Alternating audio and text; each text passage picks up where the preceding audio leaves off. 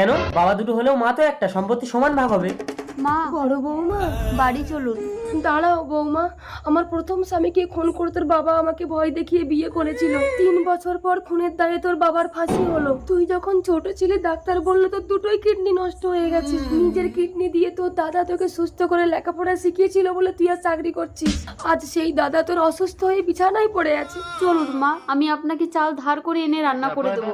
মা এছাড়া তো চাল ধার করে রান্না করছে, 100 বিঘা সম্পত্তির ভাগ না দেওয়ার জন্যই নাটকটা করছে। ছাড়ো না বংশী, তুমি তো চাকরি করো। না না, বিনা যুদ্ধে নাহি দেব সুচাগ্র মেদিনী। আমি আজই উকিলের সাথে কথা বলবো। কি গো, কিছু জমি বিক্রি করে দিলে তো তোমার চিকিৎসাটা করা যায়। বাবার সম্পত্তিতে তোমরা কেউ হাত দেবে না। দাদা, বাবা দুটো হলেও মা কিন্তু আমাদের একটা, সম্পত্তি সমান ভাগ হবে। হ্যাঁ বদন বাবু, বাবার ওয়ারিশ মা আর মায়ের ওয়ারিশ ছেলে, সেই সূত্রে সম্পত্তি দু ভাইয়ের সমান ভাগ হবে। দাদা আপনি ভালো আছেন? আমার ছোট ভাইয়ের স্ত্রী, বাবার সম্পত্তিটা নষ্ট হতে দিও না।